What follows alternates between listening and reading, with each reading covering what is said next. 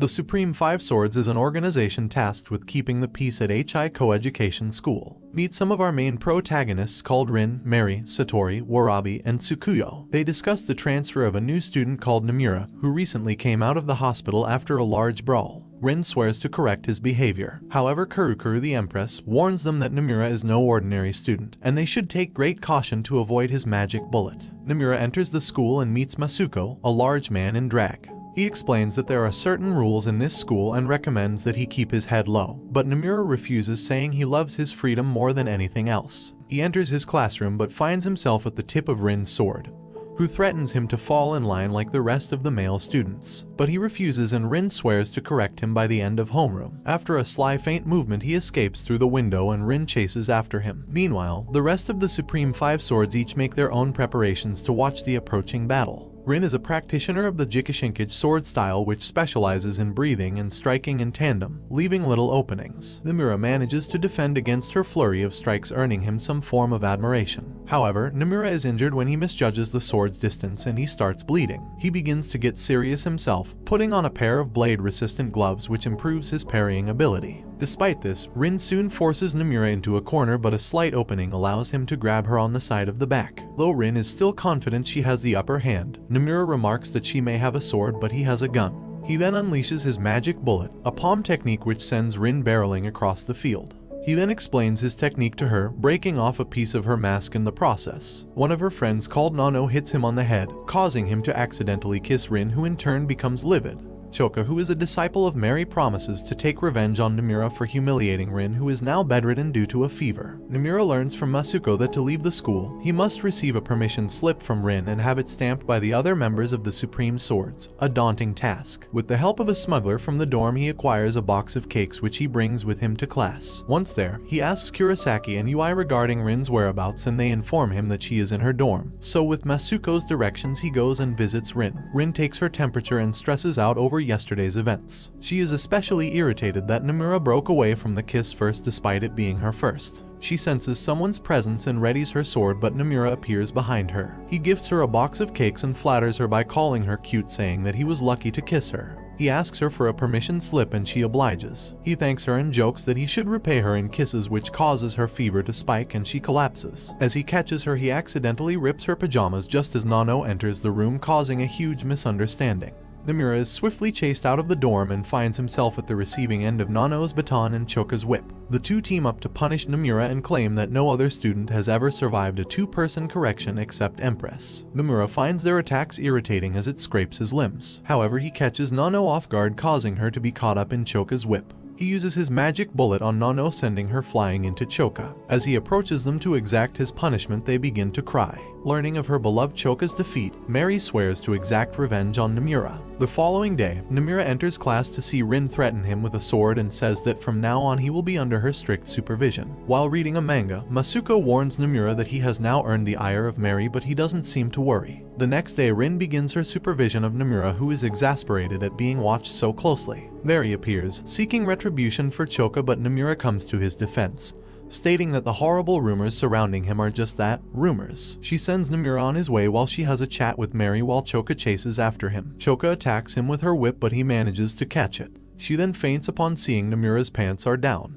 While he hastily fixes himself, he sees a familiar face, Amu, the one who cut him down during a brawl. He tries to chase after her, but Mary catches him. Amu recalls that she once tried to recruit Nomura as a subordinate but is incensed that he refused. She wonders why she continues to spare him, but she shakes off her self-doubt and swears to kill him the next time they meet. Using her acute hearing, Tsukuyo listens to Nomura and Mary duel. He is kept at bay by Mary's sharp and swift rapier strikes. He is unable to close in and he is slowly whittled away. He decides to charge at her with a banzai attack and is stabbed in the process, but Mary is shocked when she sees her attack blocked by the manga he was reading earlier. He smacks her on the head, giving him the range to use his magic bullet, defeating her. Expecting to be violated, Mary gives herself up to him, but he refuses, which irritates her as it implies that Rin was more attractive than her. He asks for her permission stamp and she tries goading him into touching her chest by placing the stamp in them. However, he continues to refuse. Rin then arrives and begins punishing him for his lecherous ways, but Mary stops her and admits defeat. She stamps his permission slip and declares that she will join Rin in supervising him.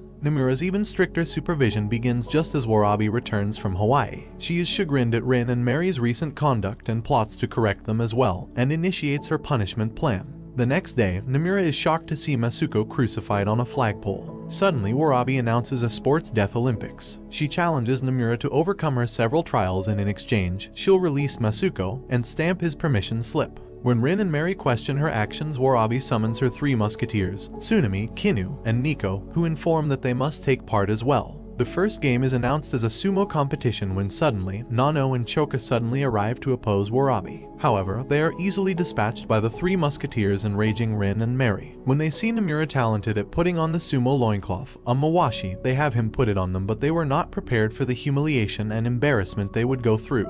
The match begins and Nomura is shocked to learn that his opponent is a huge bear. He uses consecutive magic bullets, but it is not enough to bring down the beast. After kicking it in the leg, he sneaks up behind him and lifts him into the air. Nomura calls out Warabi, irritated at how she acts all high and mighty, endangering innocence as she goes. He swears that if they win, they'll all have to wear mawashis as atonement. Suddenly, the bear's mawashi comes undone and Nomura smiles wryly. As per the rules of sumo, a mawashi coming undone is grounds for a loss. Warabi cannot believe her bear lost and she faints to the ground. She then announces that the games are over, which means war. Warabi invites Nomura to the top of the roof where the three musketeers and several of her henchmen are waiting for him. Rin and Mary warn him that it is a trap, but Nomura insists on going regardless. They head to the main building where Nano and Choka take care of the small fry. Nomura plans to climb to the roof using the back entrance, but are stunned when Satori from the Five Blades emerges from it, clearing a path for them. However, she makes it clear that she does not like Nomura one bit and is only helping them because Warabi has gone beyond what was agreed. The three climb to the top of the roof and confront Warabi, where Nomura reaffirms that she will wear a mawashi when she loses. Mary protects their flank from the encroaching three musketeers. Nomura faces Warabi's boxing bear and Rin faces Warabi herself. Although the three of them put up a good fight at first, they are soon driven into corners. Nomura has difficulty coping with the bear's brutish strength, Mary is attacked by scattered rivets, and Rin is losing in swordsmanship. Driven into a corner, Rin begins to waver, however Nomura encourages them to just focus on the opponent in front of them. But Warabi only laughs. Nomura's magic bullets have built up sufficient damage into the bear, and when it drops its guard, he punches it squarely in the face, knocking it out. Likewise, Mary engages the musketeers in close quarters, taking them all out in one fell swoop. Warabi is stunned that her allies have lost. She and Rin go for a duel exchange, but at the last second, Warabi shies away from Rin's slash, causing her own to miss, and she is defeated. The group celebrates their victory, but when Nomura suggests they finally tie Warabi up in a mawashi, Rin and Mary do not wish for her to undergo that same embarrassment, and they attack him instead. After fussing over their appearance, Rin and Mary head out to meet Nomura, but are irritated when he is suddenly popular with the girls. After eating lunch with him, they are further incensed when he does not notice their efforts to be more appealing to him. Over dinner, the two girls try to plan how to rein him in, which is enough to send chills up his spine. That night, someone enters his room. The next day, they are surprised when Nomura notices their fashion changes after all, flustering them both. During their routine inspection, they are angered when they find an image of Satori and Nomura in the nude. They start chasing him across the school grounds, while Nomura scrambles to comprehend what is happening. He collides into Warabi and her bear, and they allow him to hide. When she learns of his predicament, she is amused and asks him what his plan is. Nomura decides to find evidence that the picture was not consensual. Nomura intentionally gets caught allowing himself to be brutally interrogated by Rin and Mary, however they stop when they see a horrific scar on his back. Warabi enters his cell and helps him up, revealing that she agreed to cooperate with his plan. The two sneak into Satori's dorm room to find the unaltered photo, but Warabi remarks that it could have been given to someone else, like the three masked girls under Satori's employ. They decide to investigate the showers next, narrowly avoiding traps and being caught by the dorm residents, who are distracted by the sight of a bear cub. They search the showers and find that Satori's sword is missing.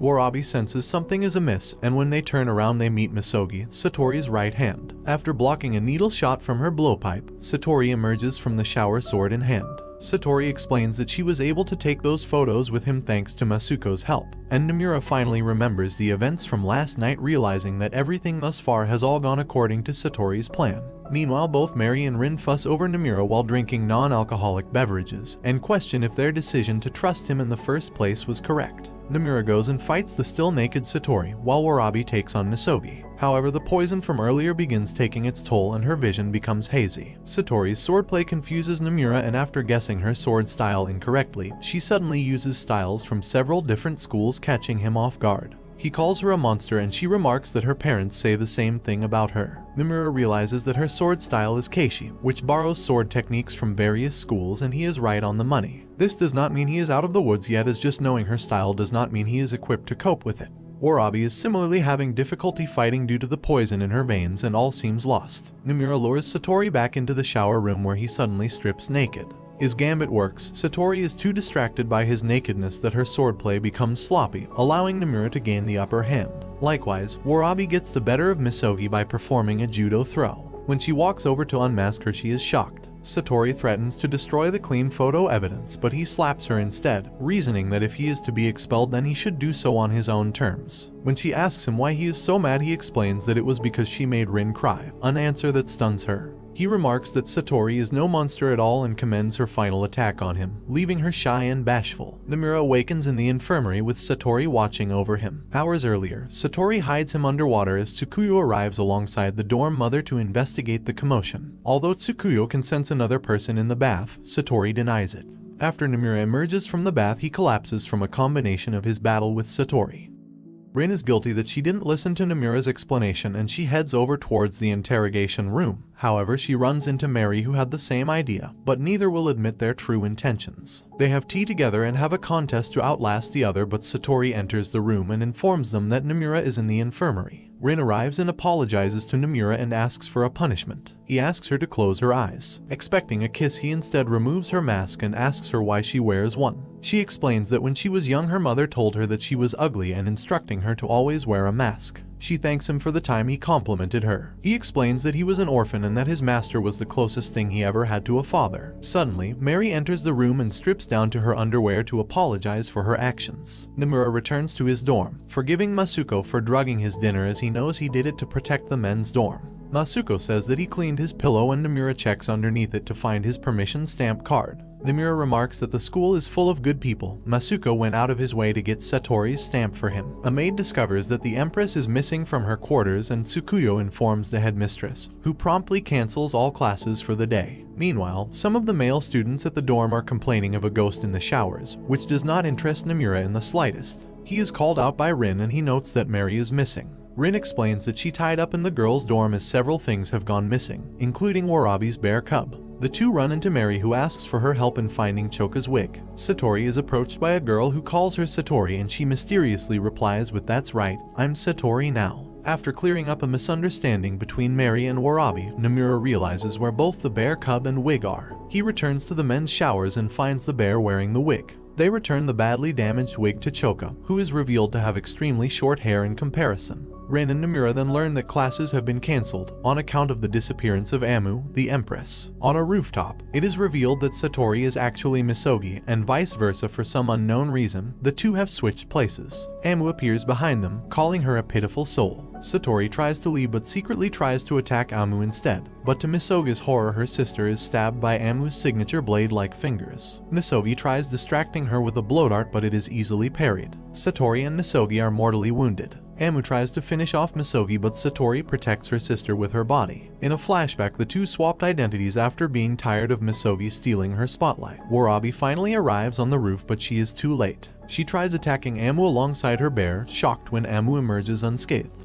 Meanwhile, Nomura approaches Tsukuyo to ask for the final stamp, but Tsukuyo suddenly lashes out at him. It is revealed that Tsukuyo's slash was merely an image in his mind, but she remarks that he really did die. She explains that the headmistress placed her in charge of him and was allowed 2 transgressions, but he has since exhausted those chances and she has run out of patience. Nomura learns 2 things about Tsukuyo. She is blind, but makes up for it with her hearing, and they are both disciples of the same sword style. Meanwhile, Warabi and her bear are gravely injured. Despite the intervention of Warabi's musketeers, they are still no match for Amu. Tsukuyo remarks that Nomura has made fast friends with the rest of the 5 blades, but before she can finish, she hears him leave. Tsukuyo is indignant at him leaving, revealing that she just wanted friends all along. Warabi begs Amu to spare her friends, but she ignores her cries for mercy, slicing apart her eyes, blinding her, as her friends look on in horror. Nomura finally arrives at the roof, but he is too late. Amu has left, and in her wake, absolute annihilation. The headmistress appears behind him and says to leave first aid to her, while she instructs him to deal with the bloodbath that is about to occur below. Mary and Rin attempt a simultaneous attack against Amu, but they are effortlessly kicked away. Amu says that through strenuous training her whole body is a lethal blade, a form of karate called Takemikazuchi, the sword god. Tsukuyo intervenes and is galvanized after Nano confirms that she is her friend. Tsukuyo's sword style manages to damage Amu, to everyone's surprise, but they note that Tsukuyo also took damage. Amu remarks that her blade is a child's toy and crushes the broken tip with her bare hands. As Amu goes in for the killing blow, Nomura finally appears, pushing her out of harm's way. Years prior, Amu and Nomura were originally good friends. However, after an incident involving Amu injuring a fellow student, they became enemies. In the present, Nomura tries to attack Amu, and although he is wounded, a manga in his pocket protects him.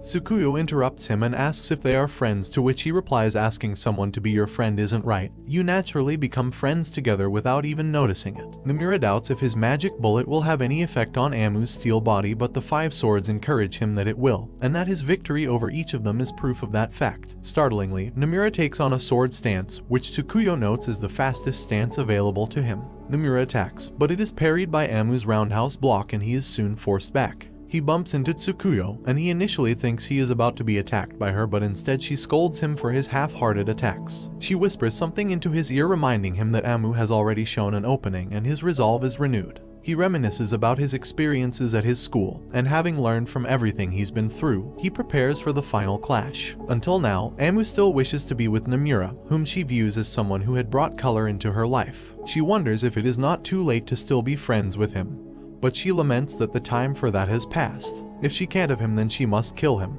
Using Tsukuyo's advice, Nomura attacks Amu head-on but strips his shirt off at the last second, as Tsukuyo noted that Amu slightly holds back her strikes on bare skin. Nomura takes the hit and returns fire, finally landing a magic bullet square in her chest. Miraculously, Amu stands up, an unprecedented feat. The two continue their brutal slugfest, with neither bothering to guard. Amu lands a fierce uppercut that sends him reeling, but he regains his footing after hearing Rin's encouragement. He fires back with a magic bullet, but her auto counter damages him right back. Amu catches him as he falls and invites him to fire another magic bullet into her. She remarks that she loved him so badly that she tried to kill him, and asks him to be hers, but he refuses. He fires a magic bullet, winning the match. Tsukuyo scolds Nomura for his sloppy fighting, but volunteers to tutor him, and in exchange she'll grant him her stamp. However, they are interrupted by the headmistress called Yukino. She tells the girls to disperse and tells Nomura that he is expelled. The following day, Nomura visits Warabi in the hospital to say his goodbyes, telling her to take care of herself. He then visits Satori, who asks him what he thinks of her, and he replies that she is the girl who tried to cut him up in the bath. As he leaves, Misogi enters, and when she incorrectly calls Satori by Misogi, she remarks that either name is fine, she is who she is. Meanwhile, Rin and Mary try to appeal Nomura's expulsion to the headmistress, but she refuses. Nomura walks out of the school building and meets Tsukuyo, and he learns that Amu has already left the school. He tries to go after her, but Tsukuyo remarks that he cannot leave without permission from all 5 supreme swords, and she brandishes her permission stamp. Nomura chases Amu to the airport, and the two say their goodbyes. When he asks her if she has any message she'd like for him to pass on, she suddenly kisses him and playfully answers that Nomura is mine. He returns to the academy, where he sees Rin and Mary. They explain to him that his expulsion was rolled back by the headmistress, who instructed them to keep a closer eye on him. Rin draws her sword and asks Nomura the same question when they first met: does he want to coexist with them, or leave the school, to which he replies with the same answer: no way. Nomura approaches HI Academy with all his friends gathered to welcome him back. As he steps through the gates, he exclaims, "I'm back." And this brings the anime to an end. Don't forget to like and subscribe if you enjoyed, and turn on the notification bell so you never miss out on another video. Until next time, take care.